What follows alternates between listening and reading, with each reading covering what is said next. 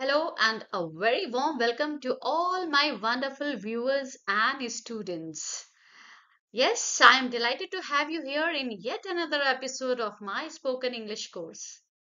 In our journey together, we are not just learning words and grammar, but building the foundation to express ourselves confidently in English, isn't it? So, in this episode, we will focus on the four key skills, the four strong pillars of any language, which are essential for becoming fluent and effective in communication. Right, guys?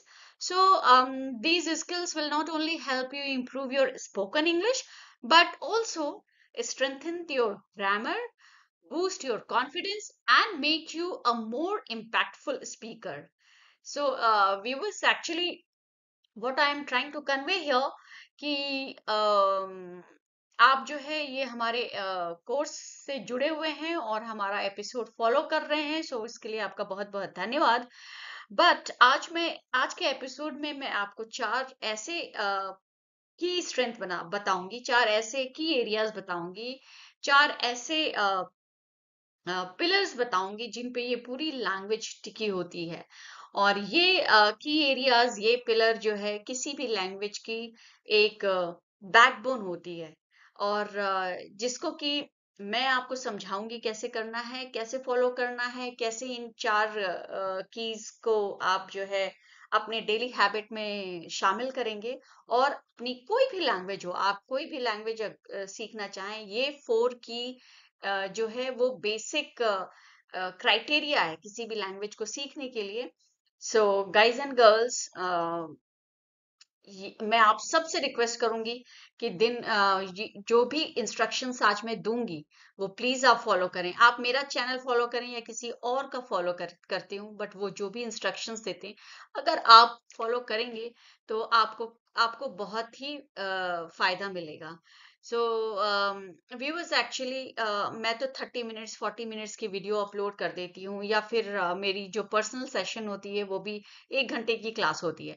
सो 1 घंटे की class में मैं जो आपको सिखाती हूँ, मैं जो आपको बताती हूँ, जो instructions as a teacher, as a friend मैं आपको देती हूँ, लेकिन उसको फॉलो करना तो आपका काम है, आपकी जिम्मेदारी है, क्योंकि आपको सीखना है, आपको बोलना है। और मैं चाहती हूँ कि आप जैसे जैसे कॉन्फिडेंस होंगे, आप जैसे जैसे इंग्लिश बोलना सीखना शुरू करेंगे, तो मुझे ऐसा लगेगा कि मेरा ये रिवॉर्ड है, मुझे मेरा रिवॉर्ड मिलता रहेगा। So, yes, if you are truly passionate about improving your English and want to gain confidence in communication and public speaking, then this course is definitely for you. So, guys and girls, ladies and gentlemen, stay tuned and let's begin today's session. Okay. And शुरू करने से पहले मैं एक बार फिर से request करती हूँ, अगर आपको कोई भी दिक्कत हो, कोई भी परेशानी हो, कहीं भी आप अटकते भटकते हो, तो आप ये दिए गए नंबर पे मुझे व्हाट्सएप कर सकते हैं। आप हमारी वेबसाइट shwetaSingh.in पे विजिट कर सकते हैं, या फिर सिंपली आप जिस भी एपिसोड को फॉलो कर रहे हैं, जिस भी एपिसोड को आप देख रहे हैं और उसमें आपको कोई डाउट है, कोई कंफ्यूजन है, सो आप उसमें सिंपली कमेंट कर दीजिए। एंड आई प्रॉमिस यू कि मैं हर एक कमेंट का आंसर दूंगी। Yes, guys, I'm promising you I'll reply back to each and every comment below. Right? So, okay, let's start the class.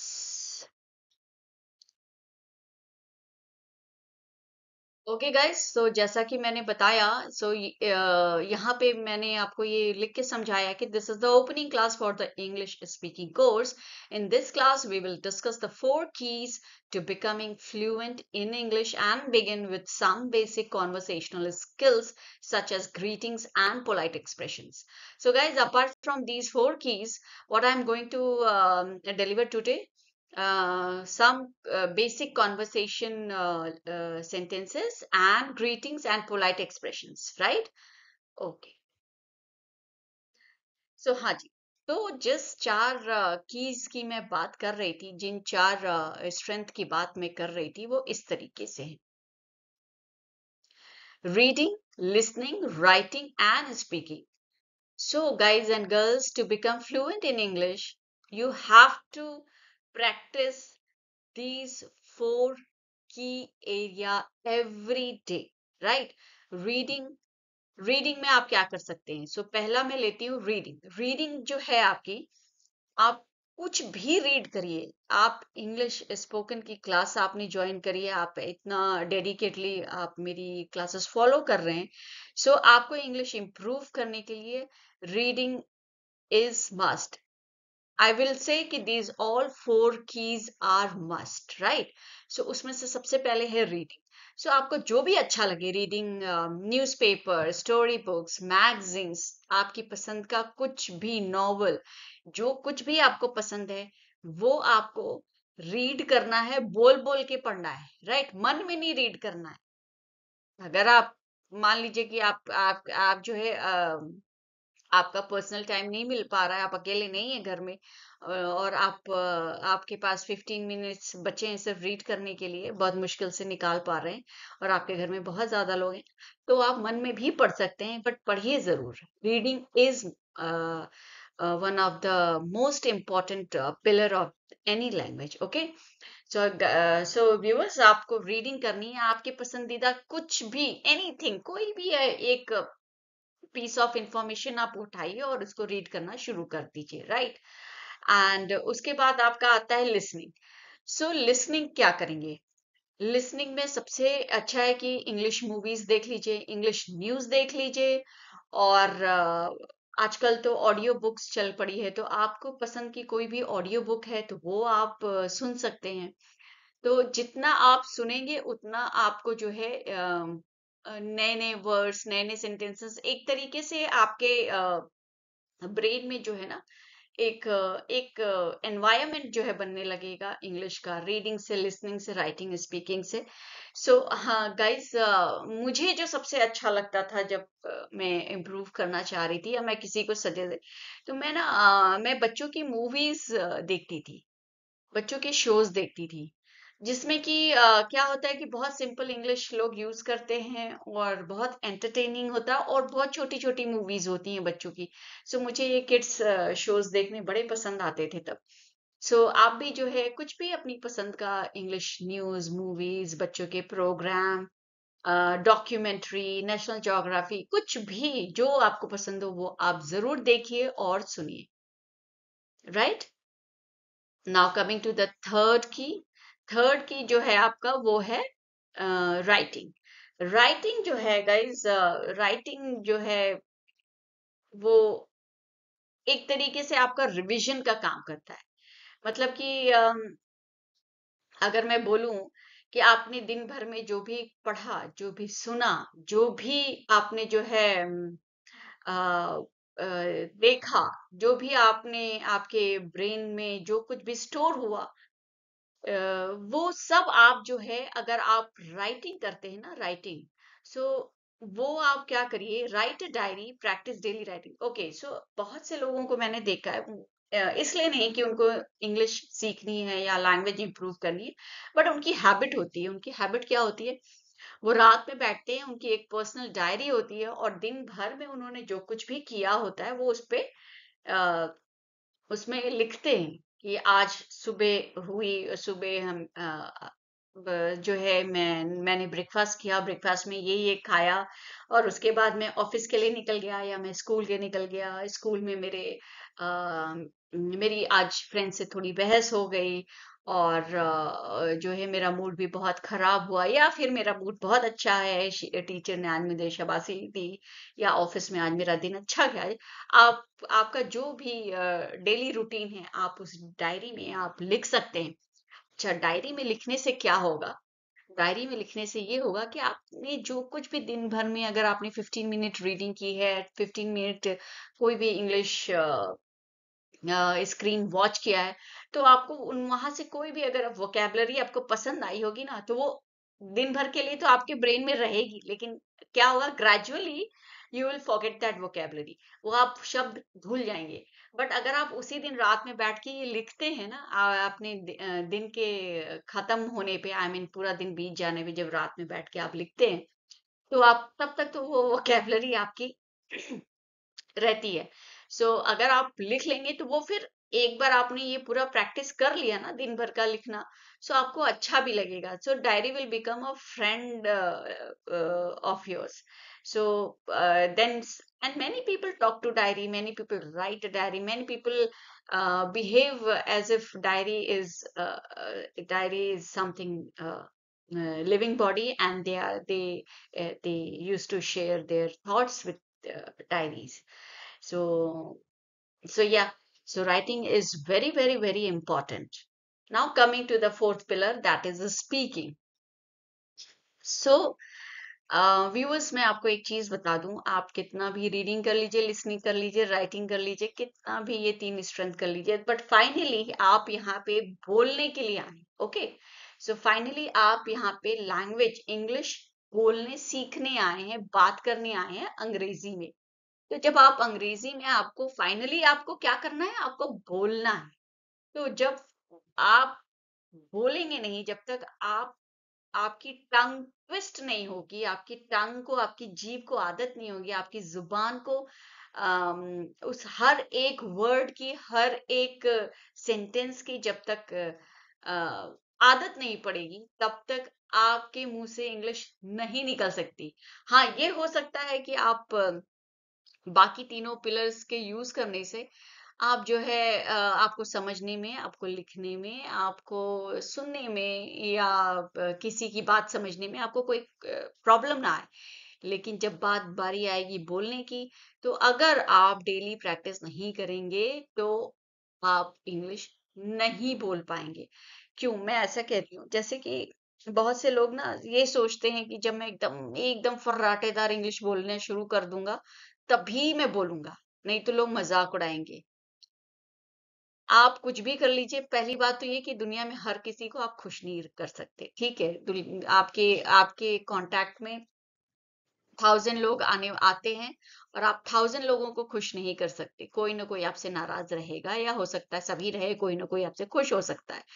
तो आप सिर्फ अपनी ग्रोथ देखिए, अपनी लर्निंग देखिए, और आपसे मैं रिक्वेस्ट करती हूँ कि आप आज से, अभी से, जो कुछ भी आता है टूटा फूटा बोलना शुरू करिए। जो कुछ भी आप सीख रहे हैं उसको डेलिबरेटली आप कहीं ना कहीं जो है उसको यूज करना शुरू करिए। डेली वर्ड्स, डेली डेली, आप सोचिए डेली, डेली को हम लोग मैं तो डेली को कभी रोज नहीं बोलती, रोजाना नहीं बोलती, ठीक है? इसी तरीके से कई सारे वर्ड्स होते हैं, जैसे कि स्विच, लाइट, टेबल, चेयर, ये सब हम जो है ये हमारे डेली लैंग्वेज का हिस्सा है, डेली रूटीन का हिस्सा है, जिसको हम जाने अनजाने में हिंदी बोलते ही नहीं है। सो उसी तरह आप जो है नए नए वर्ड्स को अपनी डेली सेंटेंसेस में इंक्लूड करिए, और उससे आप देखेंगे कि जैसे जैसे वो वर्ड्स की प्रैक्टिस होती रहेगी, अ, वैसे वैसे आपको ना उसकी उन शब्दों की आदत पड़ जाएगी। एक चीज,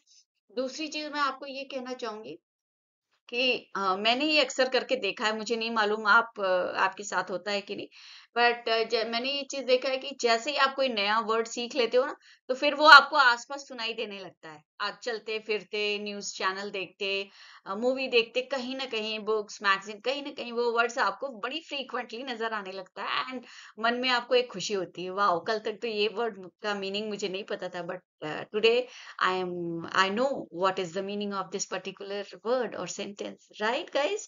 Okay, let's move to the next slide.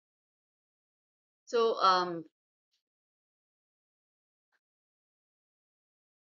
Viewers, आप देख पा रहे होंगे यहाँ पे ग्रामर वर्सेस एनवायरनमेंट, मतलब अ, ये चल रहा है कि ग्रामर ज्यादा इम्पोर्टेंट है कि माहौल ज्यादा इम्पोर्टेंट है। तो कहीं आप, अगर आपने किसी और का चैनल फॉलो किया होगा, या कुछ लोगों से सुना होगा कि नहीं, ग्रामर बहुत जरूरी है, फिर कुछ लोग कहते हैं कि नहीं नहीं, माहौल बनाना बहुत जरूरी, बोलना बहुत जरूरी है।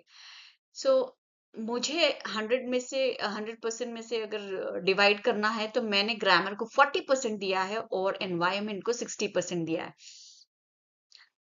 अब आपको मैं बताती हूँ एनवायरनमेंट से मेरा मतलब क्या है। ग्रामर तो आपको पता ही है कि ग्रामर मतलब व्याकरण, जिसमें कि आपकी सेंटेंस बिल्डिंग आती है, आर्टिकल्स आते हैं, वोकेबलरी आती है, टेंसेस आते हैं, पंक्चुएशन आते हैं, उसके बाद एडवांस लेवल का ग्रामर आता है। एनवायरनमेंट का मतलब ये है कि आप घर का माहौल कैसे तैयार करते हो। जैसे कि अगर आप ऑफिस गोइंग पर्सन हैं, आप अडल्ट हैं, तो आप अपने बच्चों से इंग्लिश में बात कर सकते हैं। आप अपने बच्चों के लिए स्टोरी बुक्स ला सकते हैं, उन स्टोरी बुक्स को आप भी पढ़ सकते हैं। और अगर आप स्कूल गोइंग बॉय या गर्ल हैं, तो आप जो है अपने फ्रेंड से, अपने मम्मी पापा से बात कर सकते हैं। आप अपने पेरेंट्स को बोल सकते हैं कि मुझे ये कार्टून कैरेक्टर बहुत पसंद है, आप मेरे लिए बुक खरीदो। एटलीस्ट मंथ में 2 बुक्स आप अपने पेरेंट्स से खरीदवा के आप पढ़ सकते हैं। और आपको वो बहुत ही एंटरटेनिंग भी लगेगा, बोरियत नहीं होएगी और मजा भी आएगा। आपकी रीडिंग रिक्वायरमेंट भी पूरी होगी, आपके वोकेबलरी भी इम्प्रूव होगी। एंड सबसे बड़ी बात कि आपकी जो है ना इंग्लिश समझने की जो है एक हैबिट सी पड़ती जाएगी। शुरू शुरू में क्या होता है ना कि अगर आप इंग्लिश मूवी देखें तो आपको कुछ समझ में ही नहीं आएगा कि क्या बोल रहा है। लेकिन आप यकीन मानिए, अगर आपने 50 50 मूवीज या शो, 50 मूवीज से मेरा मतलब ये नहीं कि आप 3 3 घंटे की पिक्चर देखिए, नहीं। 15 डेज का जो मैंने रूटीन चार्ट बताया, अगर 15 मिनट्स आपने 50 डेज अगर आपने फॉलो किया, आपको 51st यानी 91 दिन जो है आपको ऑटोमेटिकली समझ में आने लगेगा, बिना सब टाइटल पढ़े कि ये क्या बोल रहा है। मैं आपको बता रही हूँ। और ये मेरा एक्सपीरियंस है। और मतलब अभी तक मैंने बहुत सारे क्लासेस लिए हैं, अडल्ट्स को पढ़ाया है, बच्चों को पढ़ाया है, ऑफिस गोइंग यंगस्टर्स को पढ़ाया है। सो उन सबको ये एक तो एंटरटेनिंग लगता ही लगता है अगर आप कोई मूवी कोई शो फॉलो कर रहे हैं। प्लस आपकी एक ना जो कहते हैं "ये समझ में नहीं आ रहा तो क्या मजा आएगा", समझ में आने लगती है ये चीजें। आप करके तो देखिए। तो आपको एक घर में माहौल बनाना है। तो माहौल से मेरा मतलब यही है कि आपको एक घर का सराउंडिंग्स जो है वो इंग्लिश करना है। अगर न्यूज़पेपर लेते हैं तो आप इंग्लिश लीजिए, अगर बच्चों के लिए लेना है तो स्टोरी बुक इंग्लिश में लीजिए।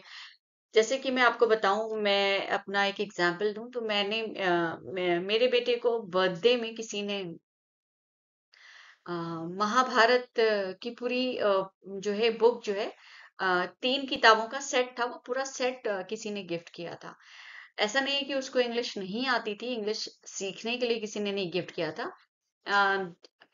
बट जैसे वो आजकल के बच्चे होते हैं ना, उनका धार्मिक चीजों में बहुत मन नहीं लगता है, तो उसको गिफ्ट में किसी फ्रेंड ने दिया। और I am very happy and I am very thankful to that girl who gifted my son that Mahabharata का सेट ना। क्योंकि उससे क्या हुआ कि उसमें जो है वो बुक कैसी थी, वो बुक आपके कॉमिक कैरेक्टर में थी। लाइक जैसे बुक्स में आप देखते हैं ना, स्टोरी बुक्स में जो कैरेक्टर स्केच होती है, वो कॉमिक कैरेक्टर में थी, या आप कह लीजिए एनिमेटेड वर्जन में थी, एनिमेटेड कैरेक्टर में थी। सो उसको पढ़ने में भी इंटरेस्टिंग लगा। और महाभारत जो है, महाभारत एक इंटरेस्टिंग स्टोरी तो है ही है, और स्टोरी के साथ ही उसमें बहुत सारे लाइफ के लेसन्स जो है वो सिखाए गए हैं, वो अलग बात है। बट एज ए स्टोरी अगर कोई आप पढ़ना चाहे या देखना चाहे तो वो बहुत ही एंटरटेनिंग है।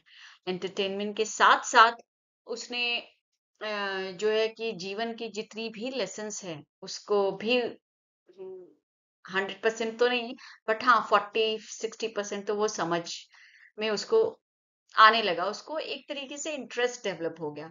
सो इसके लिए मैं बहुत खुश हूँ। और मेरी अगर ये वीडियो मेरे बेटे के उस फ्रेंड तक पहुंचे तो मैं उसको एक बार फिर से इस वीडियो के थ्रू थैंक यू कहना चाहूंगी। Thank you so much Catherine for gifting such a beautiful book, such a uh, good gift to my son. So yes guys, मैं यही बताना चाह रही थी कि आप जो है ग्रामर जो है, जब आप बोलने लगेंगे, जब आप पढ़ने लगेंगे, जब आप देखने लगेंगे, जब आपका एक एनवायरनमेंट बन जाएगा, तो आपको ऑटोमेटिकली समझ में आने लगेगा। Is, was, were, there, here, come, go, ING, सबका डिफरेंस आपको खुद ही पता चल जाएगा। Will be, shall be, should be, could be, कहाँ यूज करना है, कैसे यूज करना है, ये सब कुछ आपको ऑटोमेटिकली आपके टंग पे आने लगेगा। और अच्छा, उसमें क्या होता है ना कि जब आप बोलने लगो, व्हेन यू स्टार्ट स्पीकिंग ना, then if somebody ask you कि why you have used this, you may or may not able to tell them the correct grammar, कि grammar आपने correctly आप नहीं बता पाओगे कि भाई यहाँ पे ये चीज क्यों आई. But when you are speaking in fluency, and you are speaking correctly, right? क्यों? क्योंकि ठीक है, हम हिंदी भी बोलते हैं ना, हम हिंदी बोल रहे हैं. अगर आप मुझसे पूछे इसमें कौन सा स्वर, व्यंजन, अनुप्रास, अलंकार ये सब लगा हुआ है, तो मैं नहीं बता पाऊंगी, बट मैं बोल रही हूँ. और जहां तक मुझे लगता है मैं 80% सही बोल रही हूँ. Right guys? Okay. So yes, चलिए आज हम थोड़े से डेली यूज के सेंटेंस पढ़ते हैं. और ये बहुत ही बेसिक है, जो आप रेगुलर यूज करते हैं, इसलिए मैं इस पे बहुत ज्यादा टाइम नहीं दूंगी. सो यहाँ पे मैंने रोमन हिंदी में लिखा है, और ये इंग्लिश के वर्ड्स हैं. प्लीज, PLEASE, प्लीज, कृपया. थैंक्स, धन्यवाद. वेलकम, स्वागत है. काइंडली, कृपा करके. अलाउ मी, मुझे अनुमति दीजिए. आफ्टर यू, आपके बाद. सॉरी या एक्सक्यूज मी, माफ कीजिए. माई बैड, मेरी गलती. कुछ वर्ड्स ऐसे हैं जहां आपको लगेगा कि कहाँ यूज करते हैं, लाइक ये माई बैड. माई बैड मतलब मेरी गलती. ठीक है. अब आप जैसे कि आपने किसी को मैसेज भेजा कि यार आज 4:30 जो है हमें यहाँ पर पहुंचना है, हमें हॉस्पिटल जाना है अपने किसी रिलेटिव से मिलने. तो किसी ने जो है 4:30 मैसेज गलत देखा, और वो 5:30 या 6:30 पहुंचा. तो बोला कि अरे यार 4:30 बुलाया था, तुम 6:30 कैसे आ रहे हो? क्या? नहीं नहीं नहीं, तुमने तो 6:30 बोला बोला था. देखो देखो अभी मैसेज दिखाता हूँ. सो मैसेज में क्या निकला? 4:30. तो बोला oh it's my bad, my bad, मेरी गलती है.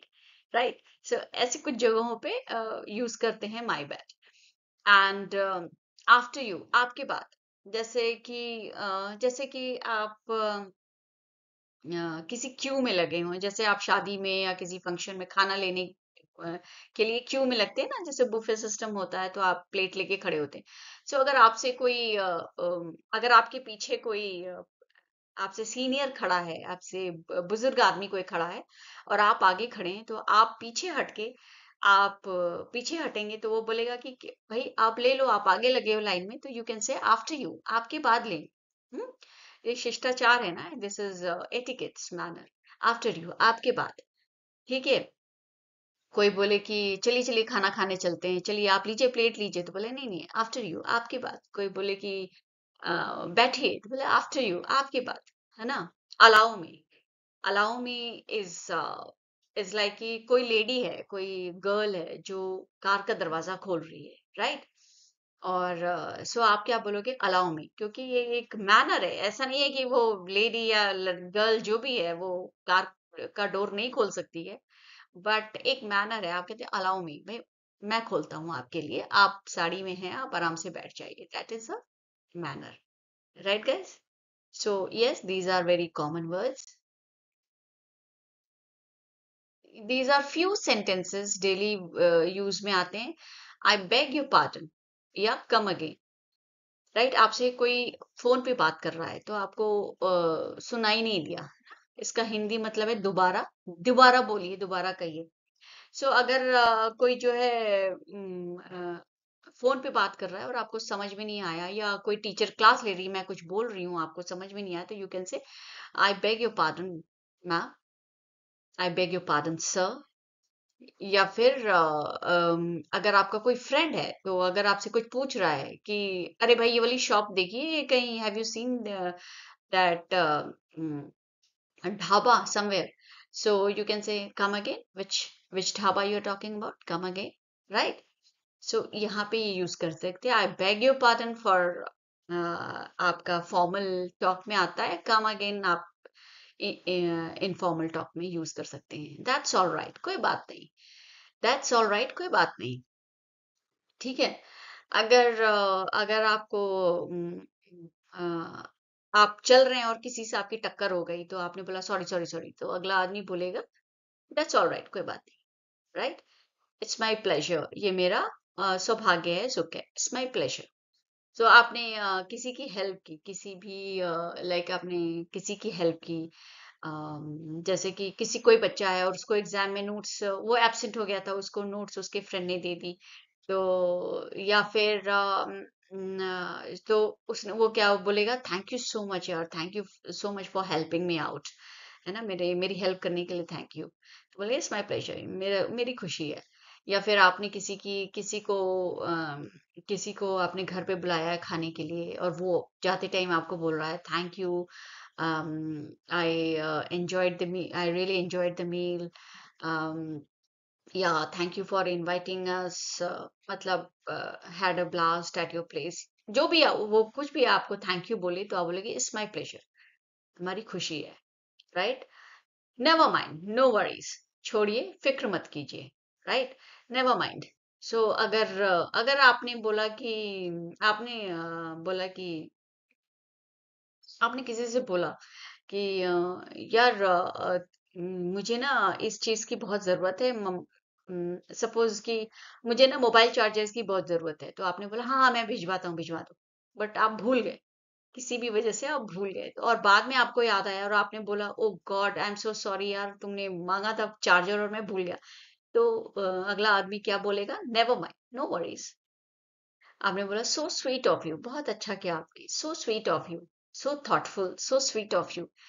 सो अगर अगर जैसे कि आप किसी सर्दी वाली जगह जाते हैं, बर्फ वाली जगह जाते हैं, और आपके किसी फ्रेंड ने पहले ही से आपके साइज का कोई जैकेट वगैरह या फिर कोई शूज, जो स्नो बूट्स होते हैं, अगर वो अरेंज करके रखा हो कुछ आपके लिए, सोच के, मतलब कि शायद आपको जरूरत लगे, शायद आपके काम आए, तो ऐसी जगह पे आप क्या बोलोगे, so sweet of you, right?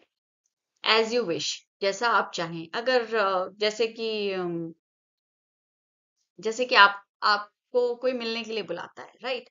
सो आपको मिलने के लिए आपके बॉस बुला रहे हैं, आपके सीनियर बुला रहे हैं, या कोई भी बुला रहा है, तो बोले कि भाई कहाँ मिलना पसंद करोगे, किसी रेस्टोरेंट में या गार्डन में? So you can say as you wish, जैसा आप चाहें। मेंशन नॉट, जिक्र नहीं, ये तो सभी को पता है, मेंशन नॉट। अच्छा, ये है कुछ formal greetings, right? Hello, mister, miss, Mrs, जो भी नाम है, ओके, जिसको कि हम हिंदी हिंदी थोड़ी अजीब सी है, नमस्ते। हिंदी में हिंदी में भी आजकल हम लोग हाय हेलो ही करते हैं। सो good morning, good afternoon, good evening, जैसा भी समय हो। सो मॉर्निंग, सुबह जो है 12 बजे तक हम मॉर्निंग बोलते हैं, 12 बजे के बाद आफ्टरनून बोलते हैं, and evening like 5-6 o'clock in the evening हम इवनिंग बोलते हैं। सो good morning, afternoon and evening, have a good day.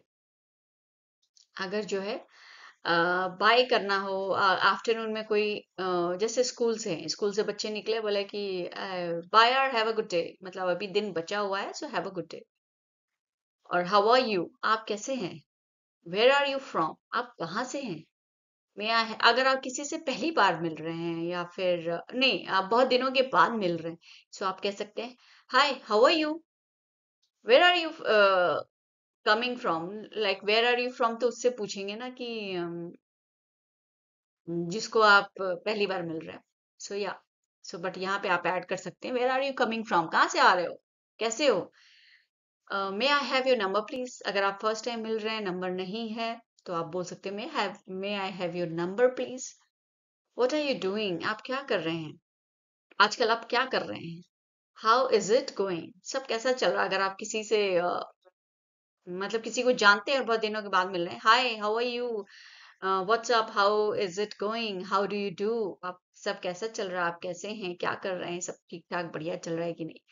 सो इसका मीनिंग ये है, and it is nice to meet you, like आपसे मिलकर अच्छा लगा। लाइक अगर आप फर्स्ट टाइम किसी से इंटरेक्ट करते हैं, उसकी बातचीत, उसका पर्सनालिटी जो है, उसका थॉट प्रोसेस अगर आपको इम्प्रेस करता है, तो you can always say it is nice to meet you, so good to see you.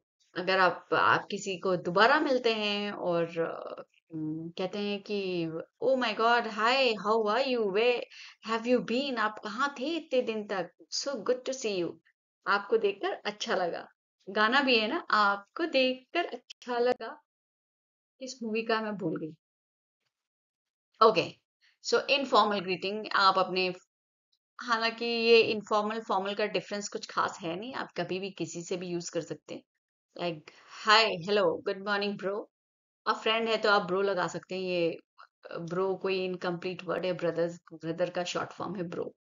So good morning bro, hi there, hi, good afternoon, good evening, what's your name, how are you, I am fine, and you, where are you from, what do you do, yes sir, जी sir, where do you live, what is your age, how come you are here. ये मैं आपको बता, how come you are here, like आपको आपको लगता है कि आप अपने किसी रिलेटिव के यहाँ गए हैं और वहां आपका कोई और भी जान पहचान का फ्रेंड आ गया है जिसको आपको पता नहीं है। So you can ask how come you are here. So वो आपको बोलेगा कि अरे हम दोनों एक ही फर्म में काम करते हैं, so that's how I got the invitation and I came here, right. Nice to meet you, आपसे मिलकर अच्छा लगा, अगेन सेम हियर, मुझे भी। सी यू लेटर, फिर मिलते हैं।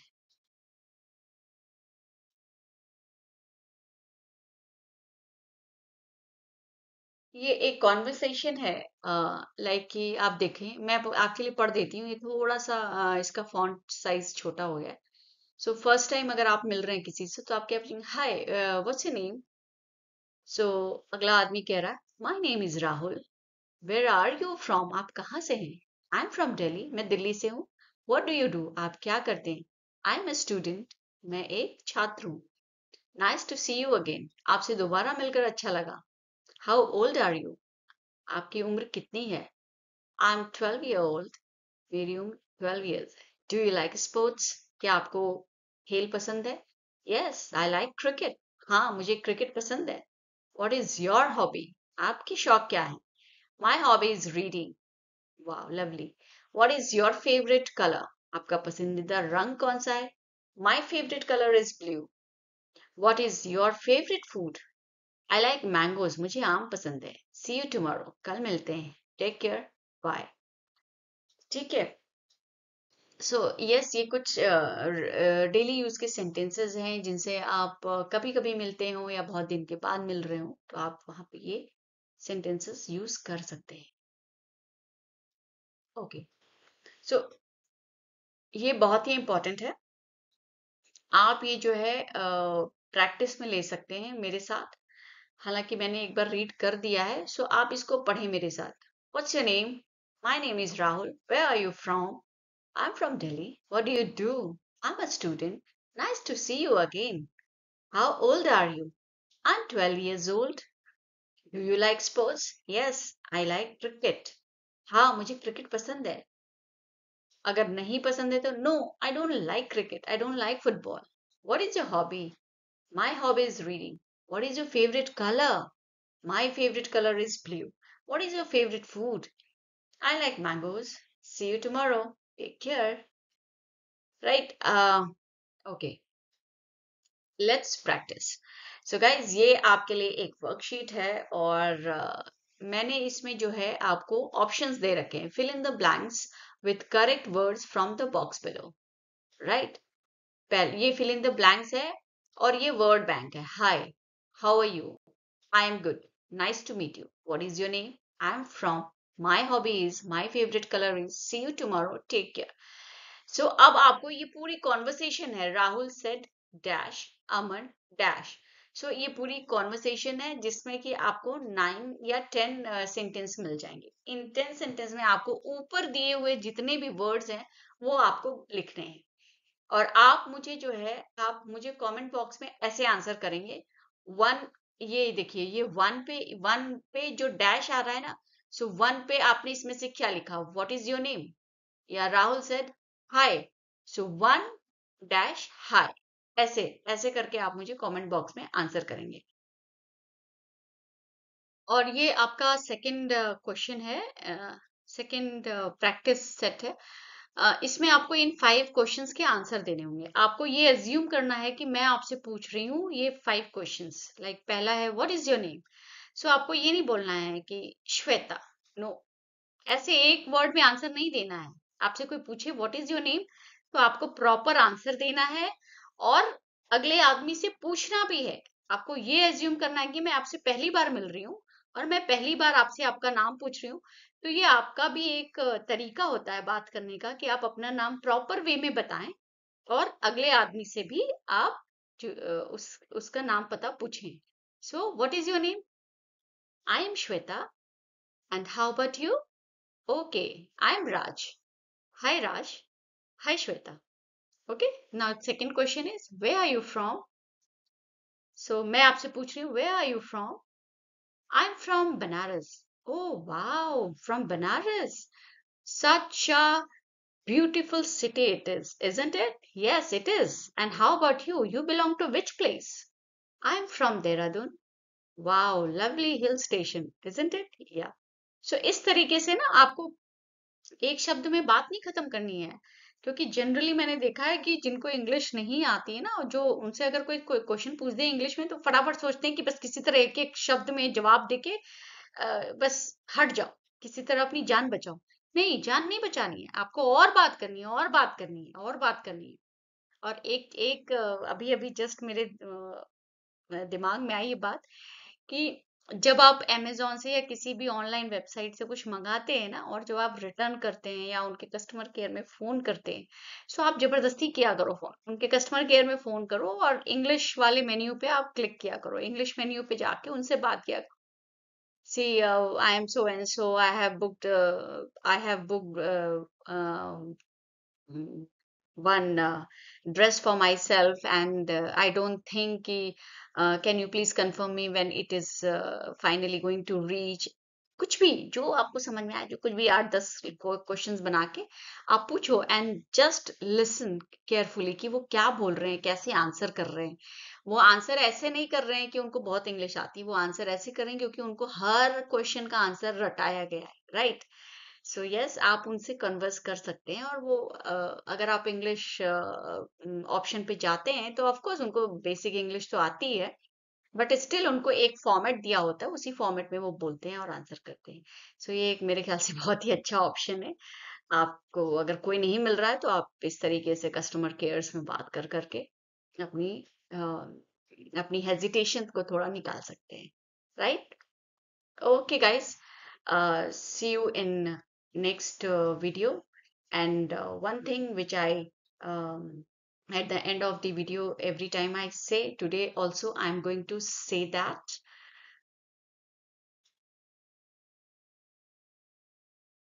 सो व्यूवर्स, मैं ये कह रही थी कि अगर आपको मेरा ये सेशन अच्छा लग रहा है, सो आपको, और आपने ये वीडियो पूरी देखी है, तो सबसे पहले तो मैं आप सभी को थैंक यू करना चाहूंगी आपने पूरी वीडियो देखने के लिए. Thank you so much for being with me in today's session. If you, viewers, if you enjoyed this class and found it helpful, I would love to hear your feedback. Please आप मुझे comment box में इसका feedback ज़रूर दें. मुझे अच्छा लगेगा. And also, I would like to request you to share your thoughts in the comment below.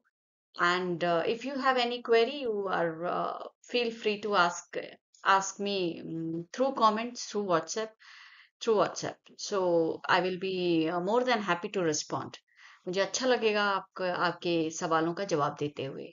And also, don't forget to give this video a big thumbs up. And of course, please share it with your friends and family so they too can benefit. Okay? उनको भी कुछ फायदा समझ में आए इस video से, तो उनको जरूर भेजिए. And don't forget to subscribe to my channel, and mm, don't forget to share my channel with your family and friends also. So, okay. So, see you all in the next video. Take care and keep learning. Okay. Bye, viewers. Take care. Goodbye.